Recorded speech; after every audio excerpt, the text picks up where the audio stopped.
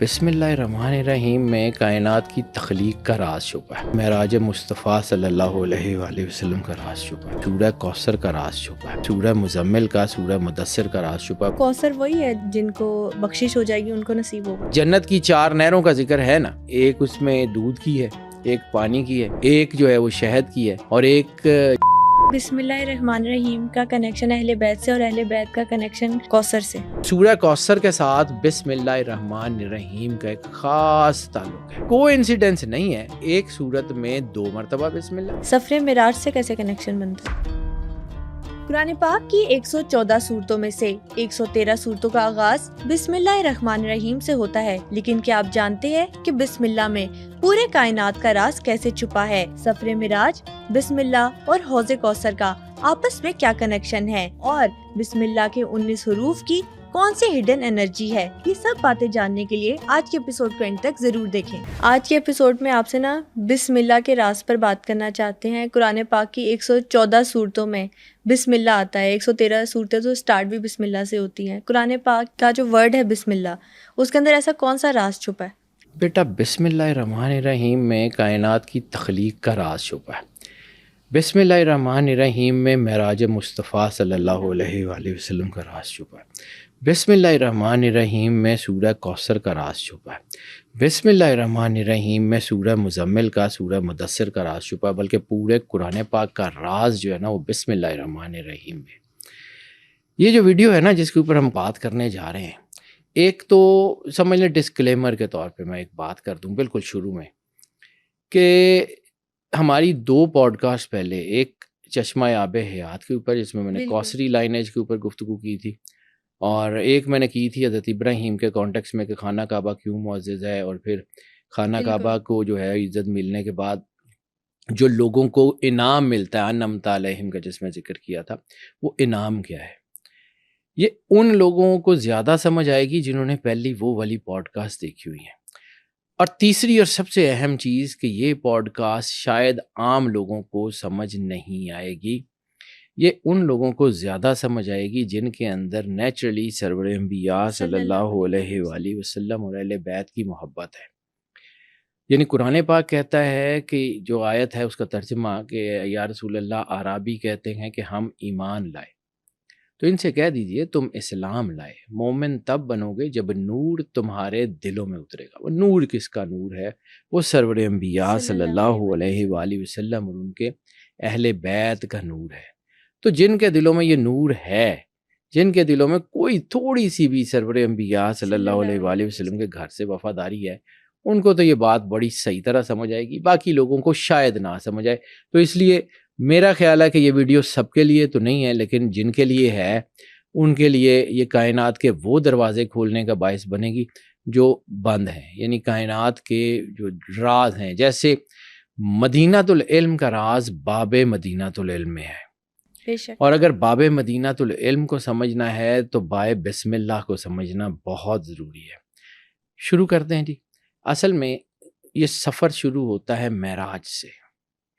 معراج نبی صلی اللہ علیہ وآلہ وسلم سدرۃ المنتہا پہ جا کے جبرائیل کہتے ہیں کہ یا رسول اللہ، اس سے آگے جانے کی میری ہمت نہیں ہے، اور رسالت مآب سرور انبیاء صلی اللہ علیہ وآلہ وسلم اس سے جب آگے جاتے ہیں تو معراج کے ضمن میں ایک واقعہ آتا ہے کہ وہاں پر گئے تو وہاں اس نوری درخت کے آگے عرش معلیٰ کے نیچے سے 4 نوری چشمے بہہ رہے تھے۔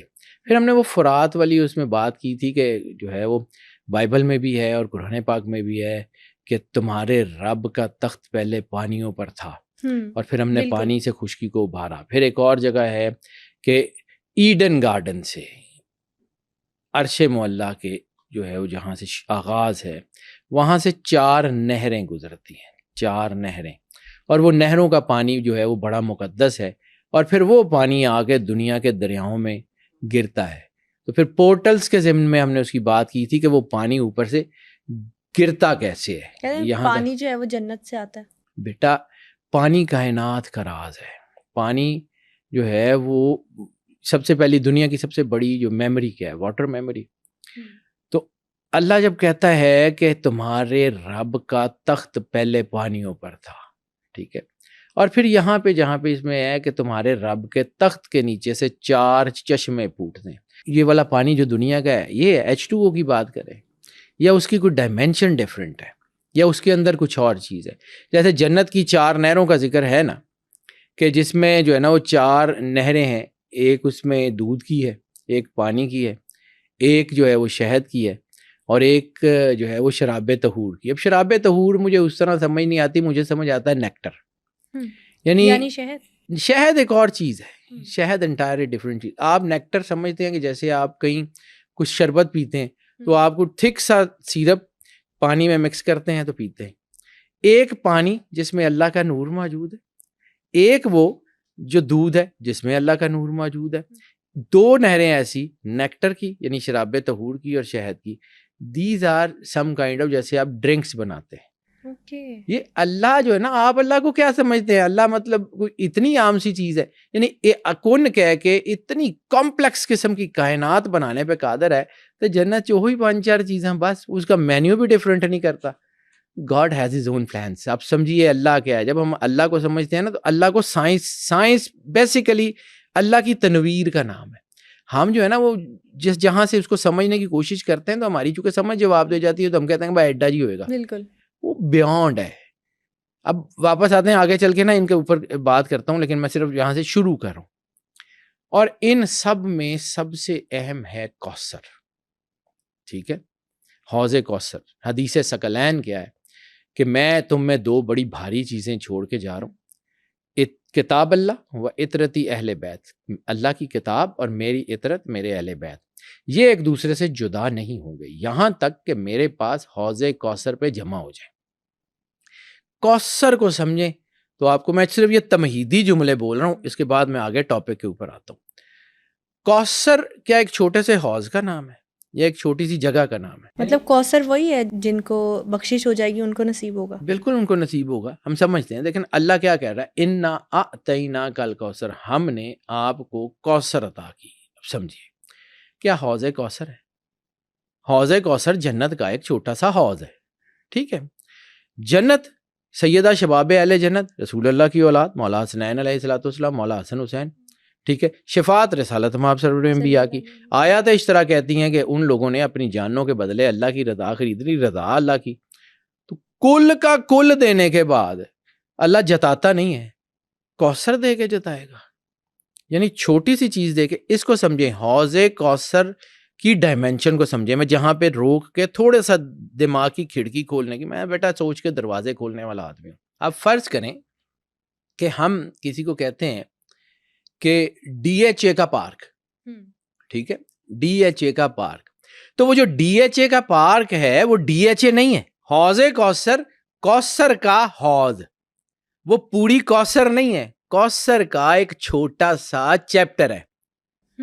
ٹھیک ہے, اس کو سمجھیے. کوثر کا حوض کا مطلب ہے کہ کوثر کوئی بہت بڑی کوئی اور چیز ہے اور اس کے اندر ایک چھوٹا سا حوض ہے. یہ بڑا سا حوض ہو کہ چلے پانی کا ایک چشمہ ہے. اس کا مطلب ہے their dimension is different. جو ہم لوگ جو اس کو سمجھتے ہیں اس کو سمجھنا پڑے گا. یعنی اللہ جز بتا کر کے جتلاتا نہیں ہے.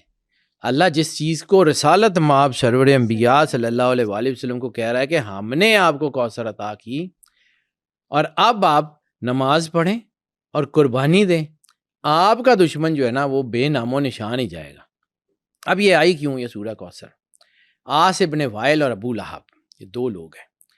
سرور انبیاء صلی اللہ علیہ وآلہ وسلم بادشاہ کونین کے فرزند جناب ابراہیم بن محمد صلی اللہ علیہ وآلہ وسلم جب دنیا سے جاتے ہیں تو ام جمیل اور ابو لہب خوشیاں مناتے ہیں اور جو ہے وہ لوگوں کو کہتے پھرتے ہیں کہ اب اسلام کا دیا بجھ گیا, اب تو رسالت مآب کی اولاد ہی کوئی نہیں.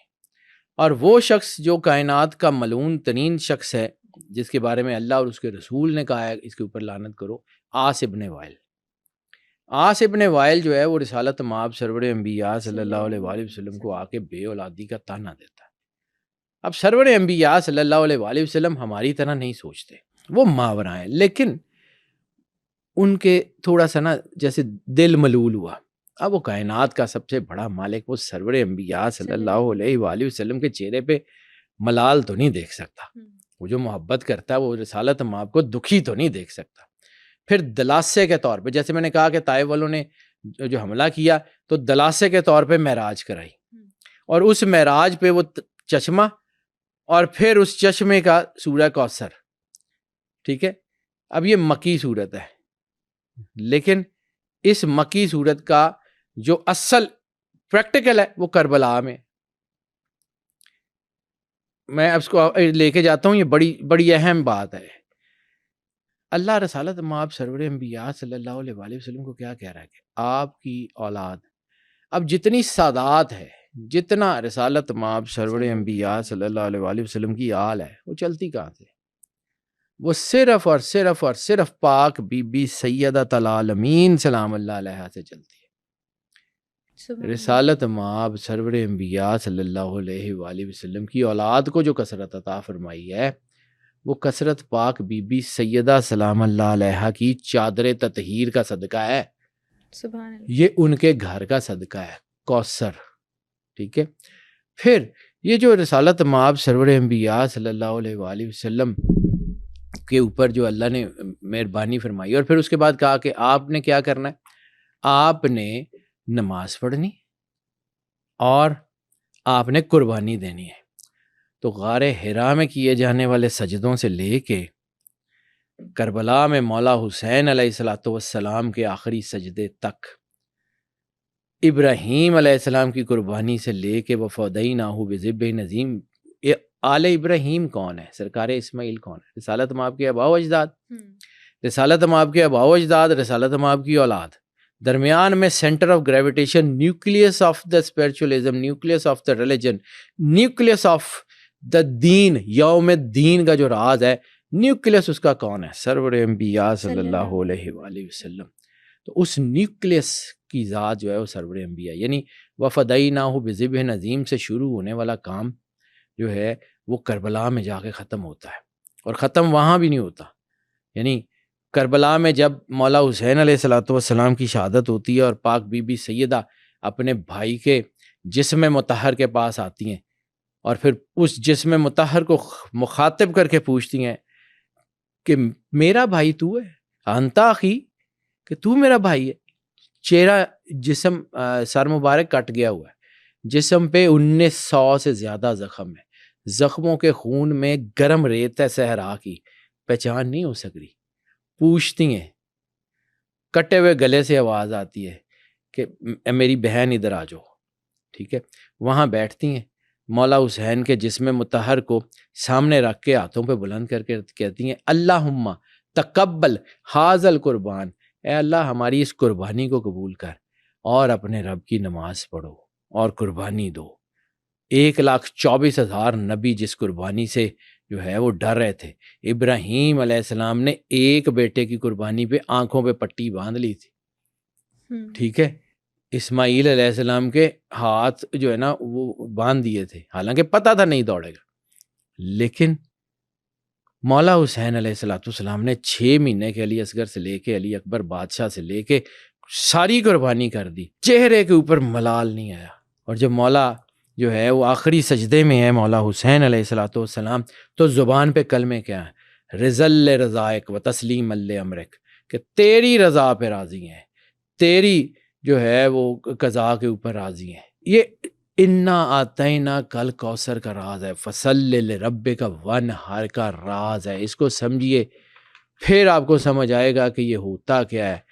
اور پھر وہ جو 5 چشمے ہیں، آگے چل کے میں سورہ کوثر کی تفسیر بھی بیان کرتا ہوں اس کے ضمن میں کہ ہے کیا، کیونکہ میں نمبرز کا آدمی ہوں بیٹا، اور یہ سورہ کوثر کے ساتھ بسم اللہ الرحمن الرحیم کا ایک خاص تعلق ہے۔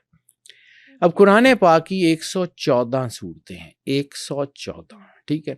میں نے آپ کو کہا تھا کہ جہاں بھی سرور انبیاء صلی اللہ علیہ وآلہ وسلم اور اللہ کا مرجر ہوگا وہاں 5 ضرور ہوگا، اور جب اس 5 کے ساتھ توحید انٹر ہوگی تو وہ 6 ہو جائے گا۔ اس لیے کائنات میں روحانیت کا نمبر 6 ہے، اس لیے کائنات میں پیسے کا نمبر 6 ہے، کیونکہ دین اور دنیا ہمیشہ سے، یہ لوگ کہتے ہیں کہ علیحدہ علیحدہ اکٹھی ہیں۔ اگر آپ دنیا میں اچھا رہ رہے ہیں تو آپ جو ہے وہ آخرت میں بھی اچھے رہیں گے۔ علامہ محمد اقبال کے ساتھ ہم نے بیٹا بڑا ہی ظلم کیا ہے، علامہ صاحب کو نکال کے ان کا ایک کانسیپٹ ہے. علامہ اقبال کی نا خیالات کو، افکار کو پڑھیے، آپ کو سمجھ آئے گا. وہ کہتے ہیں کہ وہ جو اس میں ایک شعر ہے، اس میں اردو میں بھی ہے، فارسی میں بھی، اس فارسی میں تو بہت ہی کمال کر دیا، لیکن اردو میں عمل سے زندگی بنتی ہے، جنت بھی جہنم بھی، یہ خاکی اپنی فطرت میں نہ نوری ہے نہ ناری ہے. اب ان کا ایک کانسیپٹ ہے کہ دوزخ جو ہے اس میں جتنی آگ ہے وہ انسان یہاں سے کما کے لے جاتا ہے. اور اگر آپ دنیا میں حقوق العباد پورے کر رہے ہیں، اللہ کے قریب ہیں، تو آخرت آپ کی ٹھیک ہے. آخرت کا فیصلہ یہاں سے ہونا ہے، اس آزمائش گاہ میں. یعنی بچوں کا رزلٹ آتا ہے اس پیپر کی بنیاد پہ جو وہ امتحانی سینٹر میں بیٹھ کے کر کے آئے ہوتے ہیں. ایگزیکٹلی. ٹھیک ہے، اس سے پہلے انہوں نے کلاس میں کیا پڑھا اس کا فیصلہ وہاں سے نہیں ہوتا. تو یہ دنیا آزمائش گاہ ہے، اس کو سمجھیے. تو جب اللہ نے یہاں پہ انسان کو اتارا ہے تو اس کا مطلب ہے کہ انسان کو کچھ چیزیں دے کے بھیجی ہیں، ان کے اوپر کرنا ہے. وہ جو اللہ نے یہاں اتارا ہے جو سرور انبیاء صلی اللہ علیہ وسلم کی دین اور دنیا اسی کا ہے. اب آ جاتے ہیں کہ یہ اس کا تعلق جو ہے وہ کیا ہے. تو جہاں سے حدیث ثقلین کا راز ہے نا، حدیث ثقلین، حدیث ثقلین کیا کہتی ہے کہ میں تم میں دو بڑی بھاری چیزیں، ثقل کہتے ہیں ثقیل، بہت بھاری، ثقلین دو بہت بھاری چیزیں جو ہے وہ تم میں چھوڑ کے جا رہا ہوں. کتاب اللہ کی کتاب، و اطرتی اہل بیت. یہ دونوں آپس میں جڑے رہیں گے، ایک دوسرے سے جدا نہیں ہوں گے یہاں تک کہ میرے پاس حوض کوثر پہ جمع ہو جائے. کوثر کے حوض کے اوپر، کوثر پہ نہیں، کوثر سم تھنگ ایلس، سمجھیے گا. یعنی بسم اللہ الرحمن الرحیم کا کنیکشن اہل بیت سے اور اہل بیت کا کنیکشن کوثر سے. کوثر رسول اللہ ہے، سرور انبیاء صلی اللہ علیہ وآلہ وسلم اور اہل بیت کا حدیث سے قصہ کے ضمن میں. یعنی رسالت مآب سرور انبیاء صلی اللہ علیہ وسلم نے دو موقعوں کے اوپر انہی 5 لوگوں کو اکٹھا کیا، اور دونوں قرآن پاک میں. ایک موبائلہ، ٹھیک ہے، جس میں رسالت مآب نے کہا تھا کہ نساءنا و نساءکم ابناءنا ابناءکم ولی آیات ہیں، تو اس میں بھی یہی 5 ہے. اور آیت تطہیر کے ضمن میں، حدیث قصہ کے ضمن میں، انما یرید اللہ لیذھب عنکم الرجس اہل البیت ویطہرکم تطہیرا. تو انہی کو 5 کو رسالت مآب نے اکٹھا کیا. یہ پرپزلی نہیں ہے، میں نے بار بار آپ سے پچھلی کئی پوڈ کاسٹ میں ذکر کیا ہے کہ یہ اس لیے معزز نہیں ہے کہ یہ رشتہ دار ہیں، نہیں.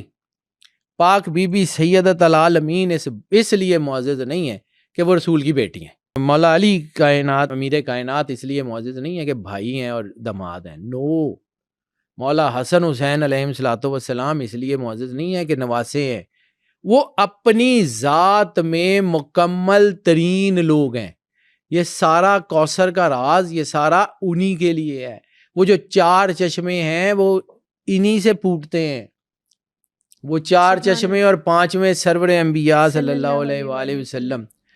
اب آ جاتے ہیں بسم اللہ کے راز کی طرف. بسم اللہ الرحمن الرحیم میں کہتے ہیں نا پورے قرآن پاک کا راز ہے. بسم اللہ الرحمن الرحیم میں وہی راز ہے جو مدینۃ العلم و بابوہا میں. یہ بائے بسم اللہ میں بابوہا کی بے کا راز ہے. رسالت مآب نے کیا کہا؟ انا مدینۃ العلم و علی بابوہا، میں مدینہ علم ہوں اور علی اس کا دروازہ ہے. قرآن پاک کی ہر سورت کا دروازہ بسم اللہ الرحمن الرحیم ہے. سبحان اللہ.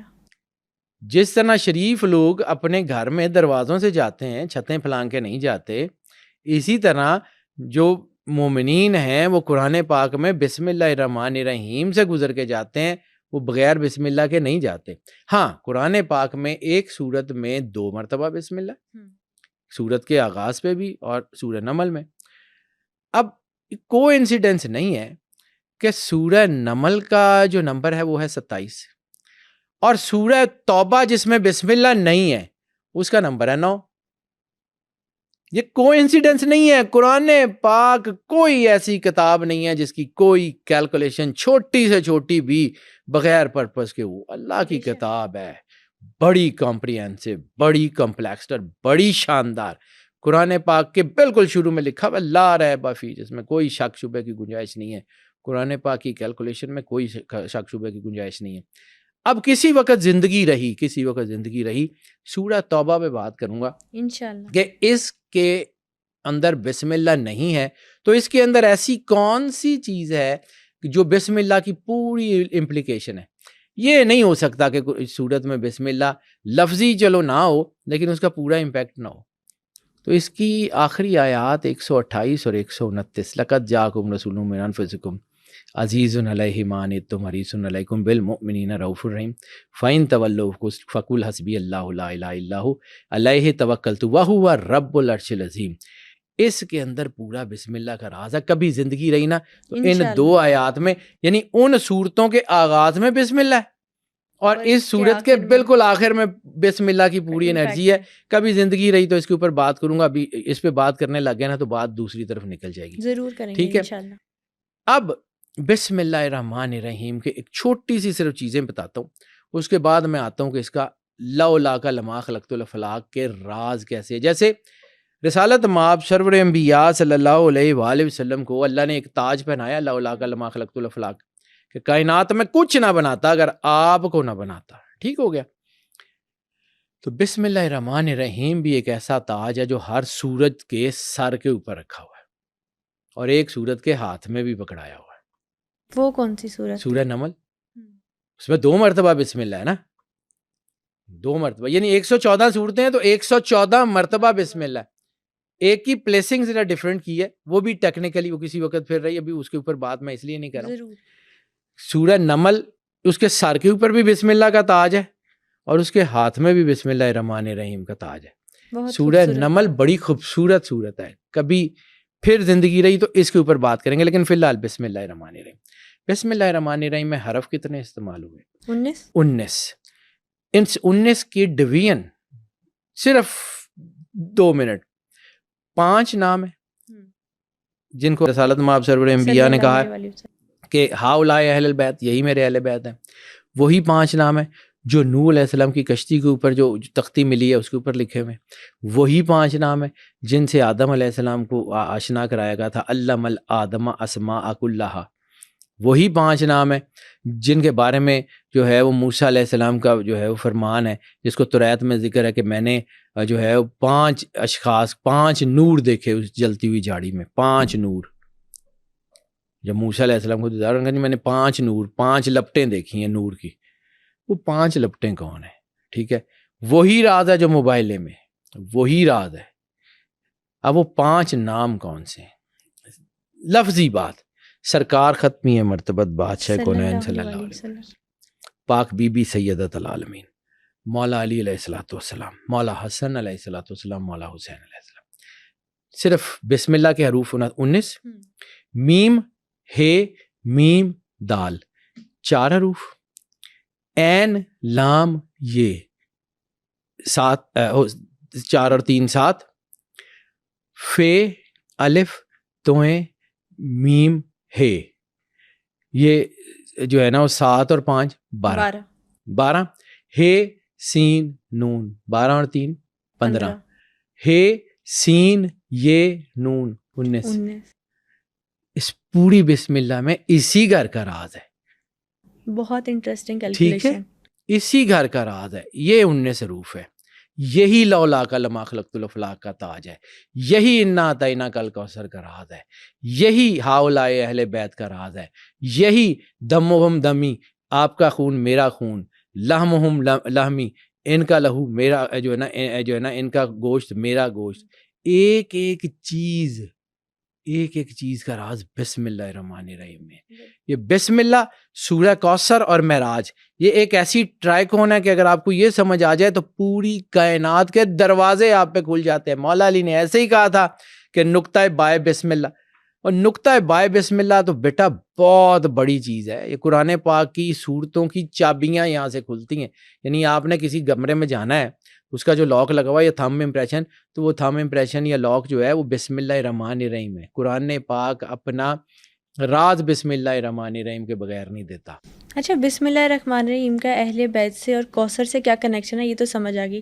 سفر معراج سے کیسے کنیکشن بنتا ہے؟ سفر معراج میں بیٹا جہاں پہ میں نے آپ کو کہا تھا نا کہ یہ سرکار ختمی مرتبہ جب سدرۃ المنتہا سے آگے گئے, یعنی وہ جو ہے وہ یکتائی, وہ احدیت کا, جہاں پہ جبرائیل کی بھی مجال نہیں ہے کہ وہاں پہنچ جائے. کعبہ قوسین, چلے مجھے ایک یاد آ گئی، ایک روایت ہے مجھے یاد آ گئی، میں نے مولا صادق علیہ السلام کا ذکر کیا تھا اس میں ایک پوڈ کاسٹ میں باقر العلوم کا بھی ذکر کیا تھا، پوری پوڈ کاسٹ کی تھی ٹھیک ہے. اس میں ایک بات پوچھی یحییٰ نے، جو علم فلکیات کا آدمی ہے، لیکن اس نے مالک سے پوچھا معراج کا، تو اس کے علم سے ہٹ کے مالک نے اس کو ایک خطبہ دیا. اس میں سے میں اس کا جسٹ بتا دیتا ہوں، اور پھر اس جسٹ کو دنیا نے، سائنس نے کیسے قبول کیا اس کے بھی آگے مطلب چھوٹی سی ایک بات کر کے پھر آگے بڑھتا ہوں. میں نے آپ کو کہا کہ بائے بسم اللہ، یہ باب و ہا کا راز ہے. انا مدینۃ العلم و علی باب و ہا. تو وہ جو باب ہے اس کو دیکھنا ہو تو پھر آپ کو جو ہے وہ کن فیکون کے راز کو دیکھنا پڑتا ہے. یہ کن اور فیکون کیا کہ اذا ارادہ شیئن ان یقول لہ کن فیکون. یہ اسکیٹرڈ گفتگو لگ رہی ہے، لیکن اس کو پوری سنیں گی تو آپ کو یہ پورا ایک اسپیکٹرم، ایک بڑی خوبصورت تصویر سمجھ آئے گی. پھر میں یہ تیسری چیز اس کا ذکر کروں. مولا علی علیہ السلام کی انگوٹھی کے اوپر ایک نقش تھا، العزت للہ، عزت اللہ کے لیے ہے. العزت للہ. مولا علی علیہ السلام کی جو انگوٹھی آپ نے ہاتھ میں پہنی ہوتی تھی اس کے اوپر یہ لکھا ہوا تھا.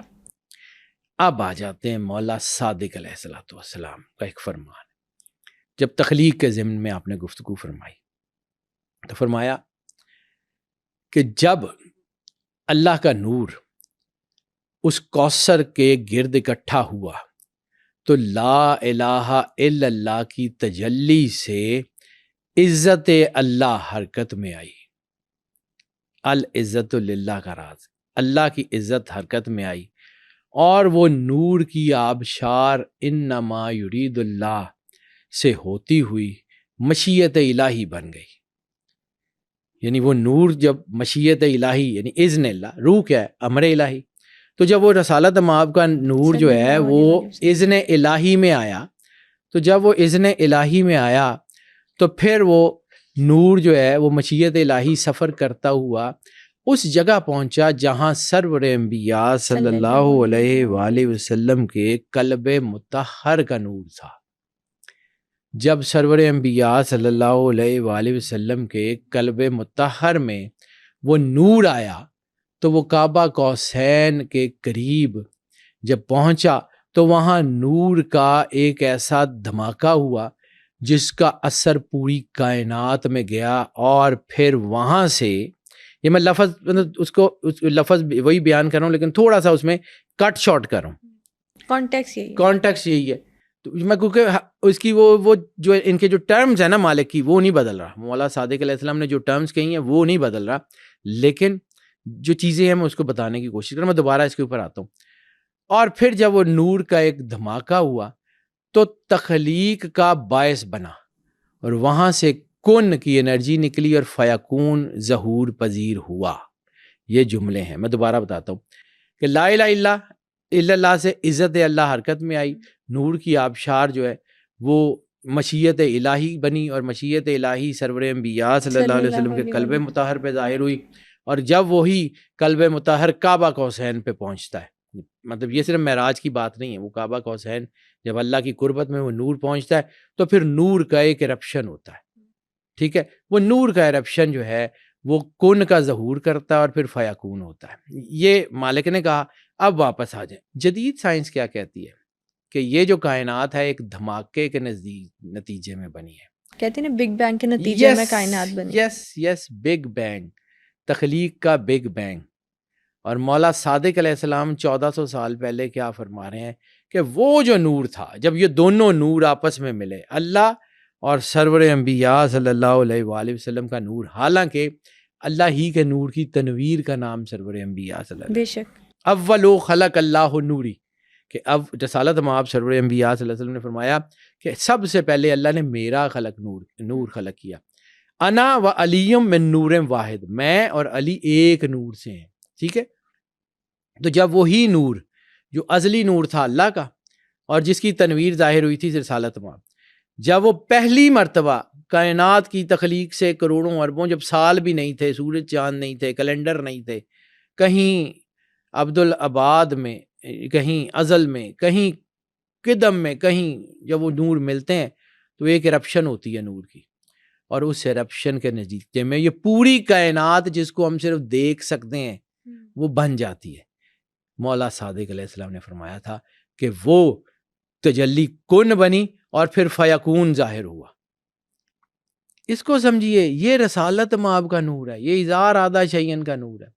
پھر آپ کو سمجھ آئے گا کہ مولا علی علیہ السلام اس بائے بسم اللہ کا نقطہ آغاز کیوں ہے؟ وہ نقطہ ہے جس سے پوری کائنات کا کن فیکون ظاہر ہوتا ہے۔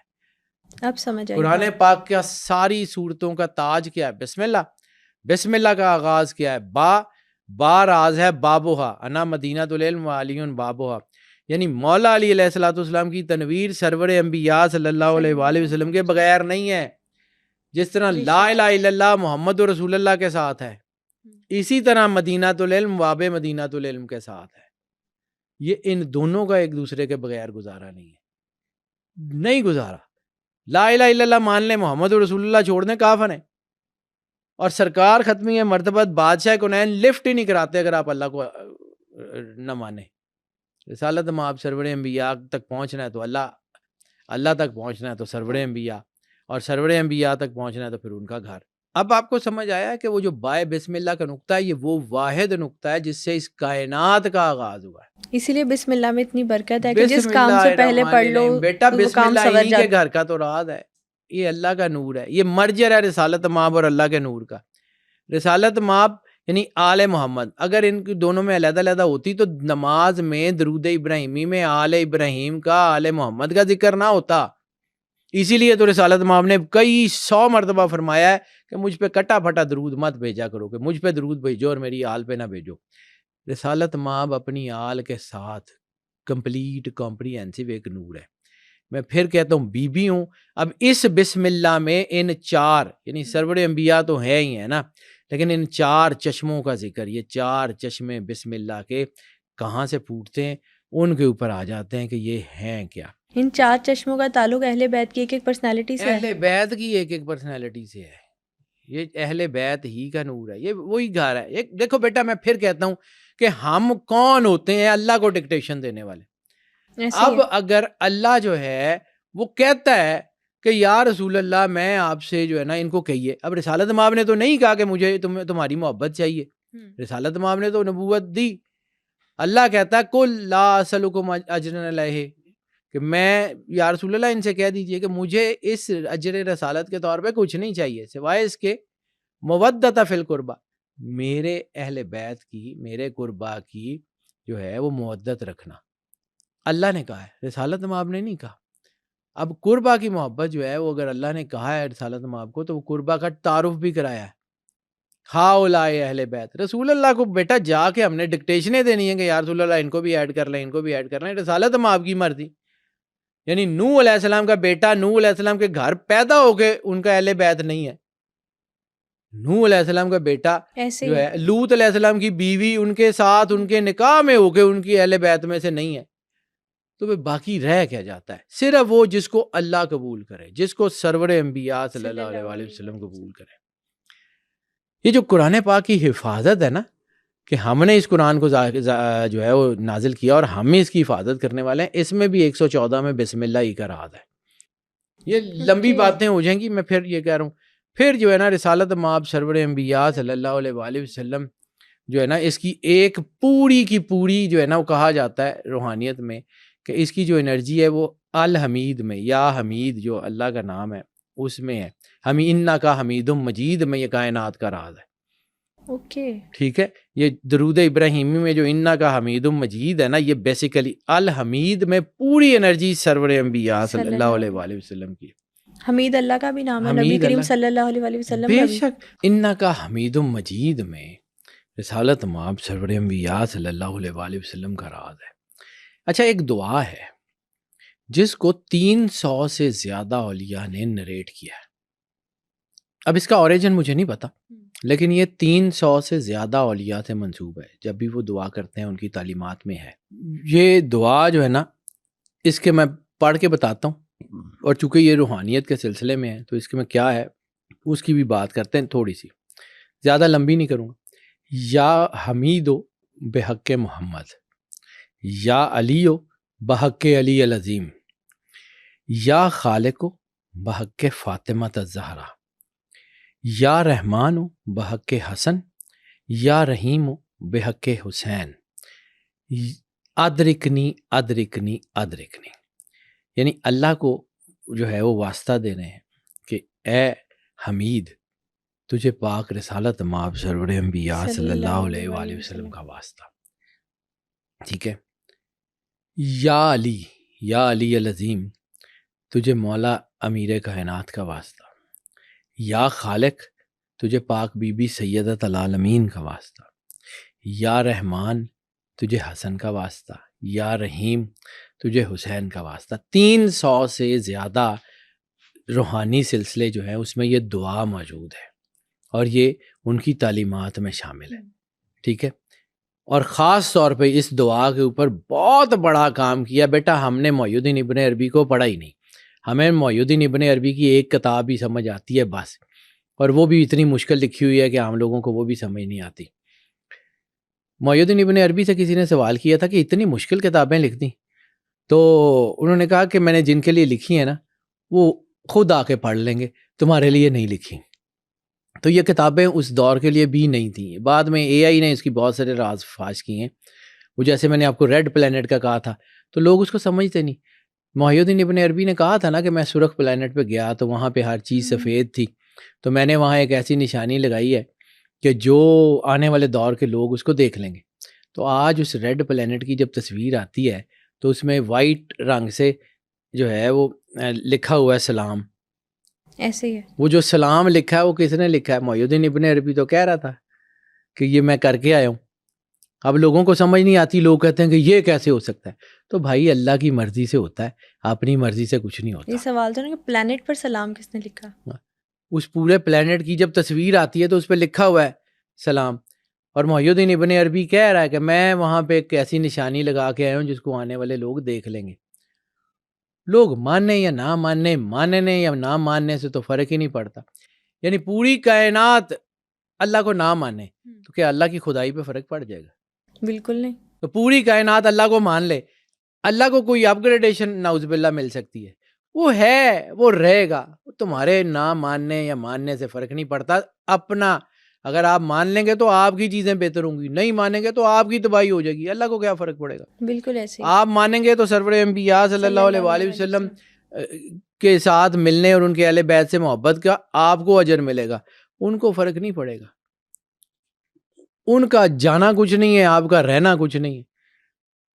اس کو سمجھیے، یہ کتاب اللہ و عطرت اہل بیت کا راز ہے۔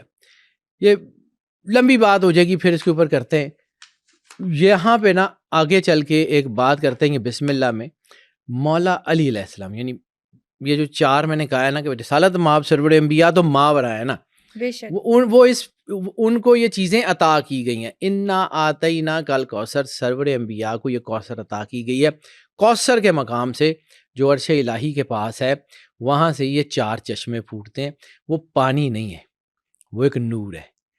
حوض کوثر کا پانی نہیں ہے، یہ H2O نہیں ہے، وہ ایک نور ہے۔